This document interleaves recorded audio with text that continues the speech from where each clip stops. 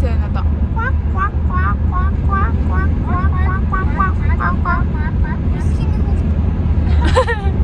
Окей.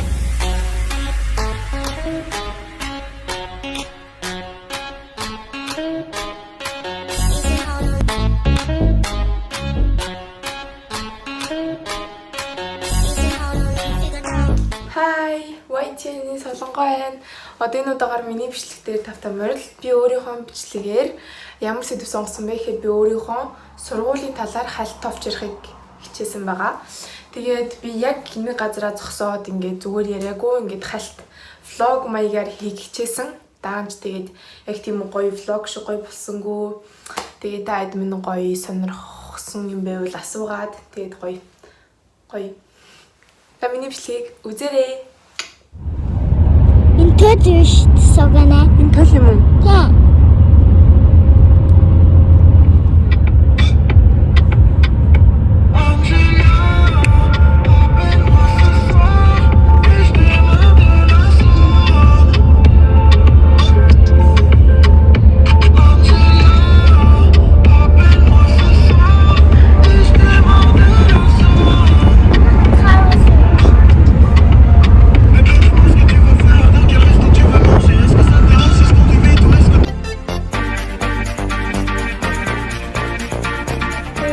За би одоо нөгөө нэг сургуулийнхаа хажууд нөгөө нэг давтлах хийдэг байсан газрынхаа энэ дэлгүүрийг нөхөх гээд ирж байна. Энэ дэлгүүрийг нөгөө нэг жилийн ихэнд ингээ өгчдөг. Тэгээд 300 евроны барьцаа аваад тэгээ одоо энийг буцааж өгөх гэж байна. Энэ манай давтлах хийдэг газар. Одоо энэчнээ нэг хаалгатай. Тэгээ ийшээгээ нэг хаалгатай. Дээрээ 4 5 заалтай, доор унжсан 5 заалтай. Тэгээд яг хичээлийн ингээ бараг 5 минут алхаад орчдөг болохоор би хичээлээ тараад шууд энчээ ирээд хичээлээ хийдэг байсан байгаа. Тэгээ энэ юу амьдэрдэг байсан, миний бүх юм байдаг байсан. Одоо ингээ оног чек авчлаа.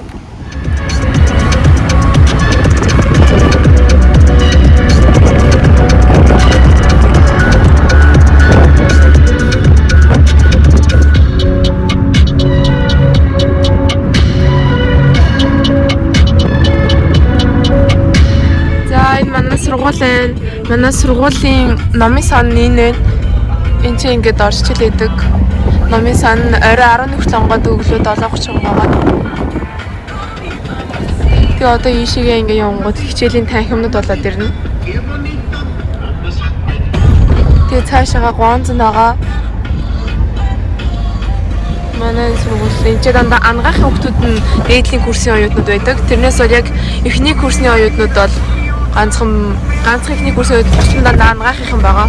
Яг ийм ч болох гээд шүднийх тэгээд бус газрынх нь өөр бас сургуультай. Тийм байна. Тэгээ одоо манай сургуулийн урд ирсэн байна. Манай сургууль одоо энэ байна. Тэгээ би сая нөгөө нэг давтлах идэх газар маань одоо тэнд л байгаа. Энэ одоо замын цаана. Тэгээ би чи хичээл ингээд 2 удаа ордог. Өглөөний ээлж гэж байгаа, өдрийн ээлж гэж байгаа. Өглөө 8-аас 12 хүртэл эсвэл орно. Эсвэл 2-оос 6 хүртэл ордог байгаа. Тэгээ өдөрт ер нь 4 цаг хичээл ордог. Гэтэ 4 цаг орохдоо ингээд бүр амар шахуу явдаг. Багш нар орж ирээл яг минут ч алддаг. Орж ирээл зүгээр ярих хэвээр юм яриад ингээд түг гэж хичээл тэрийг ингээд шивэл тэгээл сууж яадаг. Тэгээл тэрийг ер нь ер нь бүгдлээр нь ингээд бүр амар сайн чэйжлэх хэвээр чэйжээрээ бүр товчиг мэдчих хэвээр. Тэгээд би хичээлдээ ирэхээс өмнө давталхан дээрээ эхлээд 7 гэж давтлах манай давталт 7 гэж онгодог байгаа. Заална. Тэгээд 7 гэж тийшээгээ очичоод тэгээд дараа нь 7 хүртэл гэж очичоод тэгээд 2 хүртэл тэнцэнээс сууж агаад тэгээд 2-оос сургууль дээр хичээлдээ ордог байгаа. Тэгээд 6-аас тарчаад бас давтлал руугаа явдаг байгаа. Ер нь бол тиймэрхүү байсан. Өглөө болохоор 9 сараас 12 сар хүртэл эхний ээлж байсан. Өглөөний ээлж байсан 8-аас 12 цаг хүртэл хичээл ордог байсан. Тэр үед болохоор давтлагынхаа заал руу явахгүй шууд хичээл рүүгээрээ тэгээ 12-оос хойш давтлагын дээр орой хүртэл байдаг байсан. Тэгээд одоо сая 1 сарын нөгөө нэг шинэ жилийн амралтаар ингээд ээлж солигддог байхгүй. Тэр нь болохоор өдөр байсан. Эсвэл би өглөө нөгөө нэг 12 сар дахтаа хүнтэй ингээд нөгөө нэг картаа солиод өдрийн ээлжинд ордог байсан байгаа. За ийм байна манай сургууль. Амар гоё сургууль, дотор амар гоё. За би дүнгээ авцсан. Амар баяртай. Тэгээд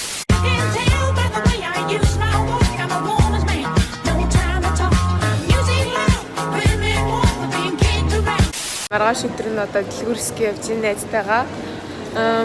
Тэгээд Лилийнхаа төв коммерс дотор орсон байна. Уга Лили гэдэг коммерс дотор.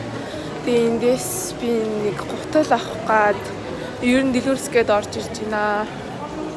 Манай шалгалтын хайруугаараа одоо өнөөдөр 6 цагаас өмнө сайтн дээр бүртгүүлээд тэгээд тэнцэнээсээ стажныхаа одоо нэг газрыг сонгох байгаа аль эмнэлэгт стаж хийх үгээд.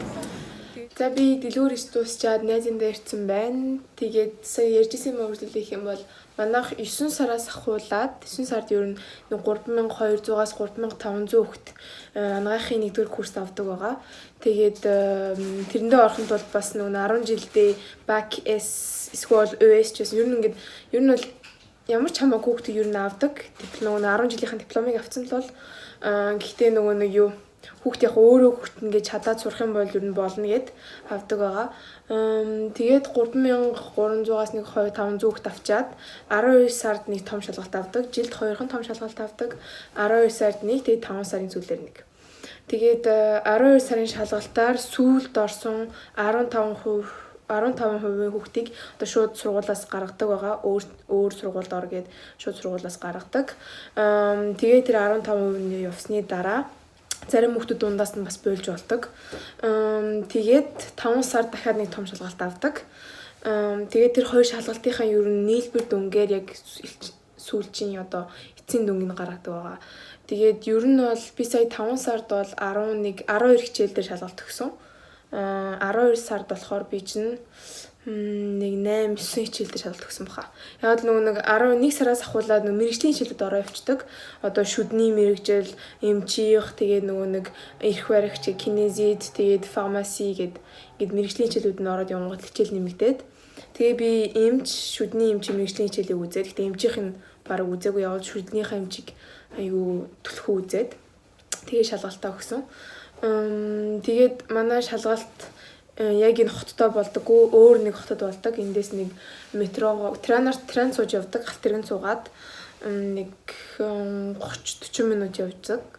Тэгээ тэнцээ аюу жижигхэн хот манай хотоос хотыг бодвол тэгээ ер нь буудлууд нь бараг 9 сараас ахуулаад пиг болчдаг.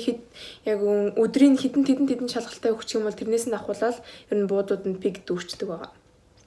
Тэгээ би ингээд миний арт татлыг харсан бол ингээд амар гоё ягаад манай найзын гэр ингээд бүр ингээд музей юм шиг бүр ингээд амар гоё. Тэгээ би та нарт энэ одоо миний урд байгаа юм ингээд хальт харуулъя заяа. За ингээд манай найз ингээд урлагийн сургуульд сурдаг. Ер нь гэрэл зураг зурах гэж ер нь амар их юм байдаг тэр дунд нь. Тэгээд тийм сургуульд сурдаг. Одоо энэ камерууд нь юм их байна. Айгүй хоол юмтай би бол ойлгохоргүй. Тэгээд амар гоё сурцсан. Энэ амар хүүрхийн жижигүүдийг хараа. Тэтэр дээрс зөндөө байна. Ярих юм бол манай сургууль багш нь нэг танхим дотор л багш байдаг. Ер нь бол яг хичээл ороход бол нэг 4-5 танхим зэрэг хүүхдүүд ордог. Тэгээ нэг танхимд нь л багш нь хичээлээ заадаг. Тэгээд бусад танхимд нь болохоор шууд лайваар бичлэг ингээд цацчдаг байгаа. Тэгээ багш байдаг танхим нь болохоор 600 хүүхдийн самталтай. Тэгээд бус танхимнууд нэг 300, 200 гэд явдаг. Тэгээд нөгөө 2 өдөр ингээд өглөө оройдоо ингээд өдөр оройдоо явдаг байхгүй. Тэгээд ер нь бол би ихэнхдээ багштай танхимд аягүй орохыг хүсдэг. Яагаад гэвэл ингээд 7 хоног болохоор карт чинь ингээд өөр танхимд ингээд хуваарлагдсан байдаг. Орохоос өмнө карт уншуулж ордог. Тэгээд хаалганы урд дандаа security хүн зогсож идэг. Хэрвээ чиний карт улаанд орох юм бол чиний танхим биш вэ гэж шууд мэдчихдэг. Тийм учраас би заримдаа багштай танхимлуу орохын тулд нууцаар орно. Эсвэл худлагаас нэг нь манай хоёр найзуудаа карт айлхэд хоёулаа оронготлаа нэг нь нөгөөдгийнхөө картыг аваад ингээд бүр амар их тэгж солигддог. Тэгээ баригдахын тулд дээгүүрч мундаа агуулч мунд гэдэг амар. Багштай танхимд орохоор угаасаа ингээд амар тийм хүүрхэд ингээд юмаа чэйжлэхэд амар амархан байдаг. Ягаад чи ингээд илүү ингээд амархан ингээд хүнэж ихэн аюу юм ойрхон сонсогддог байхгүй. Би л тэгж боддтой. If you wanna scream, let me know and I'll take you there. Get you going like baby. Багш нар бол асуултанд нэг хариулаад идэггүй. Зарим багш нар нь бүр би асуултанд хариулахгүй гэдэг, зарим нь болохоор миний мэйл энэ нийшээ мэйл рүү бичиж асуугаараа. Ер нь бол хичээлийн дараа нэг юм асуугаад байдаггүй. Хаяадаа л нэг юм уу хоёр өгч юм асуудаг. Тэгээ нэг багш нь бүр манай нэг багш үдийн бүр амар. Үгүй би үз.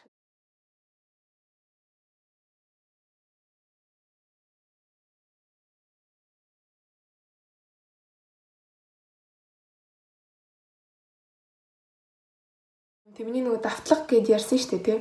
Тэр давтлага гэд ярьсан маань болохоор юу байхгүй. Тустай сургуулаасаа гадна ингээд одоо тэр сургууль чинь багш нар чинь ямар ч тийм тусалцаа байхгүй шүү дээ. Одоо ингээд хичээлээ чинь одоо сонслоо гэж юм аа ингээд сайн сонсоогүй бол тэгээ хохно өөр хүүхдээс асуу эсвэл ингээд өөрөө ингээд эсвэл ингээд утсан дээрээ ингэж нөгөө нэг хоолойг нь бичиж авдаг юм байдаг. Эсвэл тэгнэ. Тэгээ ойлгохгүй байх юм бол өөр хүүхдүүдээс асуу. Ер нь бол багш нар нэг тэгж амар дэлгэрэнгүй тайлбарлаж өгдөггүй. Тэгээ тийм учраас ер нь ихэнх бараг 80% нь хажуудаа ингээд давтлага авдаг.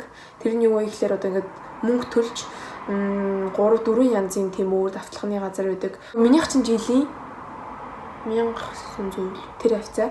Тэгээ нөгөөх нь хамгийн үнэтэй тэр 3000 байдаг хгүй. Тэгээд ер нь тэрний яадаг вэ гэхэлэр одоо хүүхдүүдийн нөгөө дээдлийн курсны оюутнууд тэрийг ингээд нөгөө багшлаад явцдаг. Тэдний цалинжаад ингээд биднээс багшуулаад жижигхэн группээр ингээд 20-30 хүүхэд болгоод тэгээд хаяа 7 хоногт нэг удаа хичээл орно. Оройн нэг цаг 30 минутын 2 цагийн хичээл орно. Гэтэ тэрэн 7 хоногт нэг удаа тэгээд 7 хоногт нэг удаа шалгалт авна. Ягаад гэвэл бид нарт бэлтгэхийн тулд тэгэхгүй бол бид нар жилд 2 хон шалгалттай тийм учраас. Тэгээд би дүн хаврын дээр. Тэгээд хэмээн гэлцэхэд нэг юу? Францын хамгийн том анагаахын сургууль ахгүй юу. Тэгээд тэр нь манайх тэгээс ганцаархнаа энэ жил одоо корона гэд ковид-19 гэд ер нь ингээд бүх шалгалтууд ер нь дандаа онлайнаар өгсөн. Интернетээр гэртээ байж агаад тэгээд манайх болохоор тэгж болохгүй, ягаад ч тэгж болохгүй. Заавалч очиж өгөх ёстой. Тийм учраас зарим газрууд нь бүр ингээд 2-3 хоног өгдөг шалгалтыг зүгээр 1 цаг 30 минутын дотор бүх юм ингээд багцлаад өгсөн газрууд бас байгаа. Ихэнх газрууд нь ингээд багцуулгаад ингээд зүгээр 1 цагийн шалгалт болгоо өгсөн. Тэгэхэд манайх бол тэгээгүй хамгийн том нь учраас ингээд нөгөө нэг ерөнхий сайд майдаа ингээ ярьсаар агаад ингээд бүх юмаа хадгалж үлдсэн яг дүрм журмаар нь яг өдрөөр нь ингээ цагаар нь авч үлдээд.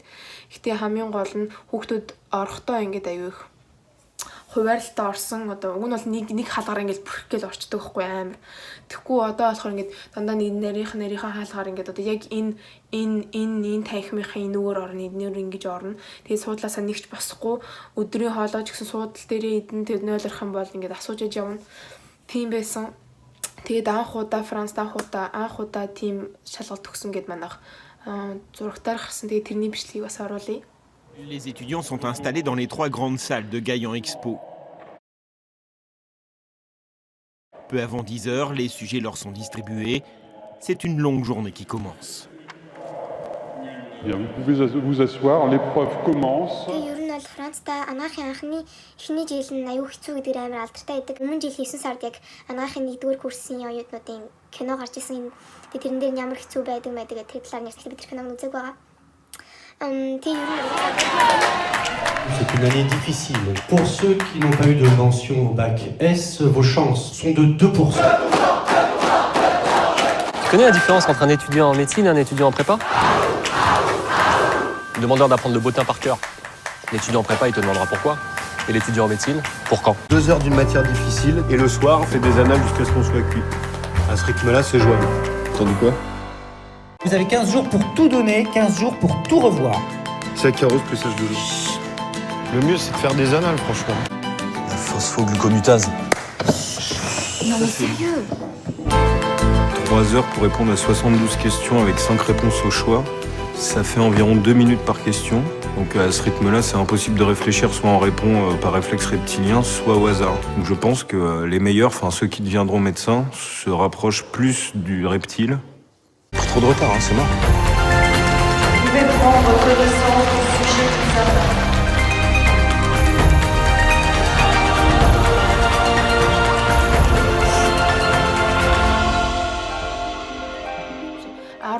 оны 9 сард би чинь 1-р курстэй уг нь бол орсон байхгүй юу. Даанч тэгээд 1-р курстэй би улираад яг нэг хүүхдүүдэд тэнцэж чадаагүй. Манайх ч 3300 за нэг 3800 хүүхдээсээ 450 хүүхдийн л эмчээр авдаг. Тэгээд 80 хүүхд шүдний эмчээр авдаг. Тэгээд би тэнцэж чадаагүй.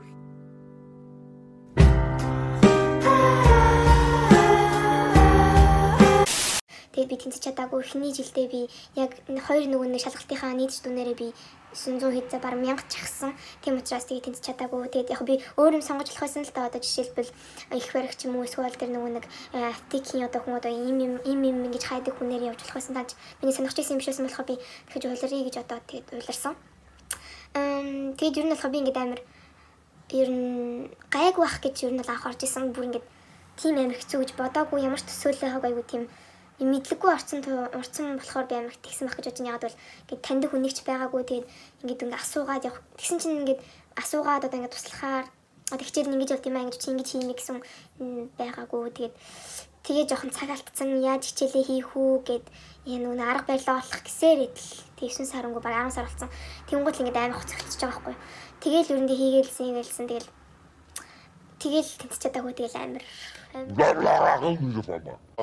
тэнцсэн сая 12 сарын шалгалтандаа би 150 ч гисэн байгаа. Тэгээд сая сүүлчийн шалгалтаар болохоор шүдний эмчийн шалгалтаа би 33 ч гисэн. Тэгээд тийм байна. Тэгээд аюу их баяртай байгаа. Хэрвээ ингээд нэг бас хэрвээ дахиад нэмшлэх хэрэг бол би яаж хичээл хийдэг талаараа ярьж өгч болно. Бас надаас ингээд асуух юм байвал асуугаад ингээд ер нь яаж юм чийжилдэг яаж ер нь юм хичээлээ хийдэг талаараа хийж болно. Тэгэхгүй бид нар бол яг анагаахын 1-р курсны үед бүр байнга хичээл хийдэг бүр байнга өглөө би 5:30 ч босоод гэрээсээ уун бол анхандаа 5:30 ч босдог байсан. Тэгээд гэрээсээ 6:30 ч гараад тэгээд 7 гэд тавталхан дээр очдөг байсан. Тэгээд сүүлдээ ядраад зүгээр 6 гэж босоод тэгээд 6:30 ч гардаг болсон. Тэгээд 7 гэж очиод хичээлээ хийж байгаа хичээлдээ яваад хичээлээсээ буцаад автлага руу яваад хийж байгаа тэгээд ер нь 10 өнгөрөөгөөд 11 гэлүү гараад тэгээд бараг гэртээ ирээд чудамаа вагаад ингэсээр 12 болоод тэгээд сүүлдээ тэгээд жоохон уцаа оролтон тэгээд бараг 12:30 мөч гэж унтдаг тийм байсан.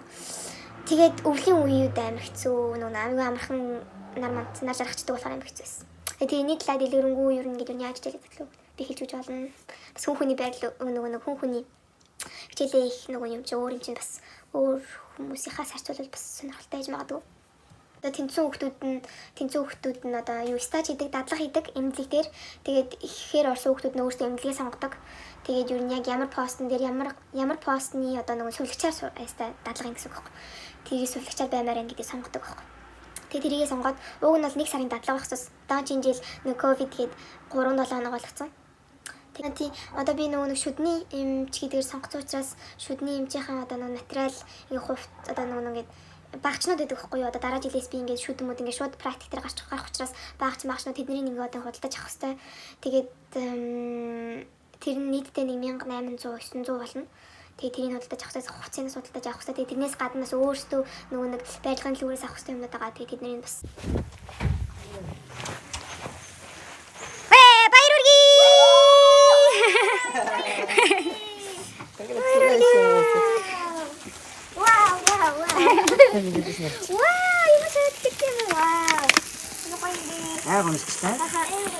Sana Gunje.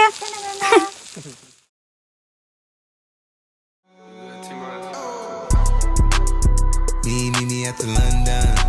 If you find time, we can run one. Talk about some things we can undo. You just in the pen, I can find you. 6'1" on the money, 9'2".